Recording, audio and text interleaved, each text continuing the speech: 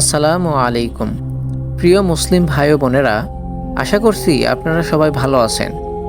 আল্লাহ সুবহানাহু ওয়া তাআলা কাল কিয়ামতের দিন 3 শ্রেণীর ব্যক্তির দিকে তাকাবেন না এবং তাদের সাথে কথাও বলবেন না।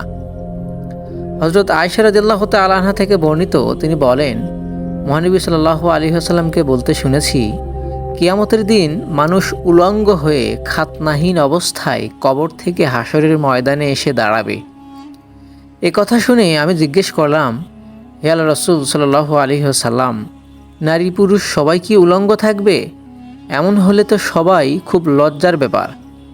উত্তরে রাসূল সাল্লাল্লাহু আলাইহি ওয়াসাল্লামকে বললেন, হে আয়েশা, সেদিনের পরিস্থিতি এত ভয়ঙ্কর হবে, কেউ কারো দিকে তাকানোর কথা কল্পনাও করতে পারবে না। সহিহ মুসলিম ও বুখারী। কিয়ামত সত্য। কিয়ামতের দিন হাশরের ময়দানে সবাই একত্রিত হবে। হাশরের দিন আল্লাহর আরশের ছায়া ছাড়া অন্য কোনো ছায়া থাকবে না।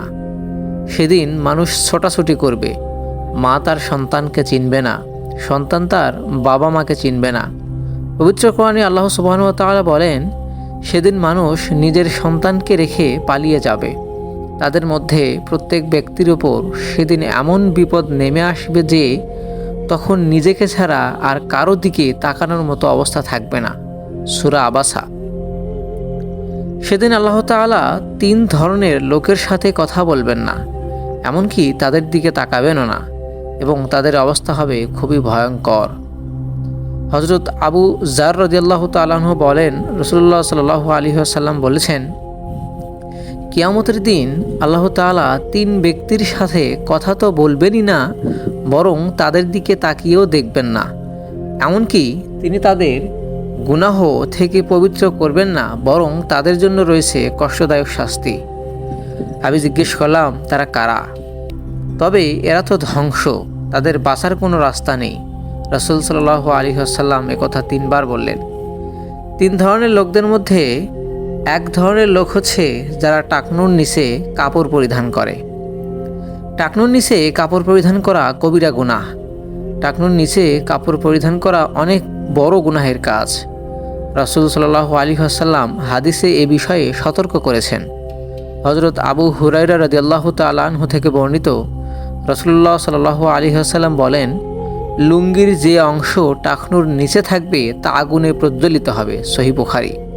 অন্য হাদিস থেকে জানা যায়, হযরত জাবের ইবনে সুলাইম রাদিয়াল্লাহু আনহু হতে বর্ণিত, রাসূলুল্লাহ সাল্লাল্লাহু আলাইহি ওয়াসাল্লাম বলেন, টাকনুর নিচে ঝুলিয়ে কাপড় পরার ব্যাপারে সাবধান হও, কারণ তা অহংকারের অন্তর্ভুক্ত, আর আল্লাহ অহংকার করাকে পছন্দ করেন না। 2 নম্বরে বলা হয়েছে, যে ব্যক্তি মিথ্যা কসম খেয়ে ব্যবসার পণ্য বিক্রি করে। মিথ্যা কথা বলে পণ্য বিক্রি হারাম। যে ব্যক্তি মিথ্যা কসম খেয়ে ব্যবসার পণ্য বিক্রি করে, তার দিকেও আল্লাহ তাকাবেন না। রাসূলুল্লাহ সাল্লাল্লাহু আলাইহি ওয়াসাল্লাম বলেছেন, তোমরা ক্রয় বিক্রয় করার সময় শপথ করা থেকে বিরত থাকো, কেননা মিথ্যা শপথের ফলে পণ্য বিক্রয় হলেও তার বরকত নষ্ট হয়ে যায়। ইবনে মাজা, মুসলিম, হাদিস নম্বর 1607। এক ব্যক্তি আসরের পর তার পণ্য সম্পর্কে কসম খেয়ে বলে, তাকে পণ্যটি এত এত মূল্যে দেওয়া হয়েছে। তার কথা ক্রেতা বিশ্বাস করল, অথচ সে মিথ্যুক। এ ধরনের ব্যবসায়ীর জন্য উল্লেখিত হাদিসে অত্যন্ত কঠিন ও বেদনাদায়ক শাস্তির কথা বর্ণনা করা হয়েছে। মহাগ্রন্থ আল কোরআনে আল্লাহ সুবহানাহু ওয়া তাআলা বলেন, যারা আল্লাহর প্রতিশ্রুতি ও নিজের শপথ স্বল্প মূল্যে বিক্রয় করে, পরকালে তাদের কোনো অংশ নেই।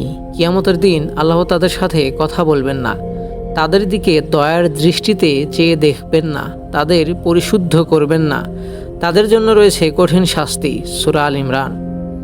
3 নম্বরে যে ব্যক্তির কথা বলা হয়েছে, তারা হচ্ছে ওই ব্যক্তি যারা নিজের সম্পদ দিয়ে পরের উপকার করে এবং পরবর্তীতে তা খোটা দেয়। খোটা দেয়া কবিরা গুনাহ। পবিত্র কোরআনে ইরশাদ হয়েছে, যারা স্বীয় ধন সম্পদ আল্লাহর রাস্তায় ব্যয় করে, ব্যয় করার পর সে অনুগ্রহের কথা প্রকাশ করে না, কষ্টও দেয় না কাউকে, তাদেরই জন্য তাদের পালনকর্তার কাছে রয়েছে পুরস্কার। তাদের কোনো আশঙ্কা নেই, তারা চিন্তিতও হবে না। সূরা বাকারা 262 নম্বর আয়াত। আল্লাহ তাআলা আরও ইরশাদ করেন, হে ঈমানদারগণ, তোমরা অনুগ্রহের কথা প্রকাশ করে কষ্ট দিয়ে নিজেদের দান বদন্যতা বরবাদ করো না। সে ব্যক্তির মতো যে নিজের ধন সম্পদ লোক দেখানোর উদ্দেশ্যে ব্যয় করে, আল্লাহ ও পরকালের প্রতি বিশ্বাস রাখে না। প্রিয় মুসলিম ভাই ও বোনেরা, কাল কিয়ামত কতটা ভয়ঙ্কর হবে আমরা প্রায় সকলেই জানি।